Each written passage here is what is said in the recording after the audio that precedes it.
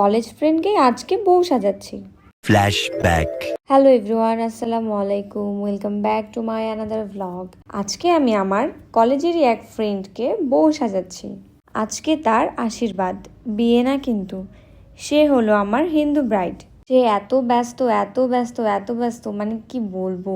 সে যে বউ সাজবে, যে সে একটু শান্তি মতো বসবে, সেই সময়টুকু তার নেই। বউ সাজতে সাজতে 100 বার তাকে উঠতে হয়েছে, কারণ সে বাড়ির বড় মেয়ে, তারই সব দায়িত্ব। যেহেতু সে আমার কলেজ ফ্রেন্ড, তাই আমাদের ফ্রেন্ড একদম সিমিলার। কলেজের সবার সাথে সে সুবাদে আজকে দেখা হয়ে গেল।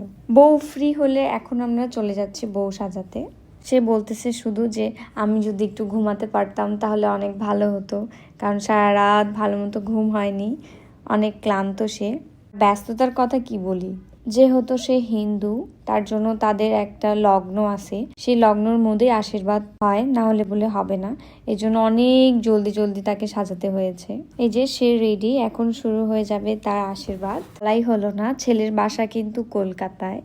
আজকে শুধু তাদের আশীর্বাদ হচ্ছে। আমরা এখন শুধু বসে বসে দেখছি তাদের রীতি, এক এক করে সবাই তাদের আশীর্বাদ করছে। তাকে কিন্তু দেখতে মাশাআল্লাহ অনেক সুন্দর লাগছে। আপনারাই বলেন কেমন লাগতেছে তাকে দেখে। মনে হচ্ছে একদম মুসলমান ব্রাইড, কিন্তু না, সে একজন হিন্দু ব্রাইড। আমরা অনেকক্ষণ ধরে বসে বসে এগুলোই দেখছি। দেখতে দেখতে তো ক্লান্ত হয়ে গেছি, যে এত রীতিনীতি মানতে হয় তাদেরকে। ভাইয়া কিন্তু মাশাআল্লাহ অনেক মিশুক, অনেক ভালো একজন মানুষ। আর আমরা তো এই পাশে বসে সবাই গল্প করছি যে কে কি করি না করি। অনেক বছর পর দেখা হয়েছে, মানে 2-3 বছর পর দেখা হয়েছে আমাদের, তাই গল্প তো আর শেষই হয় না। তো তাদের আশীর্বাদ শেষ হয়ে গেল, এখন এঙ্গেজড হবে তাদের। মাশাআল্লাহ তাদের দুজনকে ভালোই মানিয়েছে। পাশাপাশি ফটোশুটও হচ্ছে তাদের।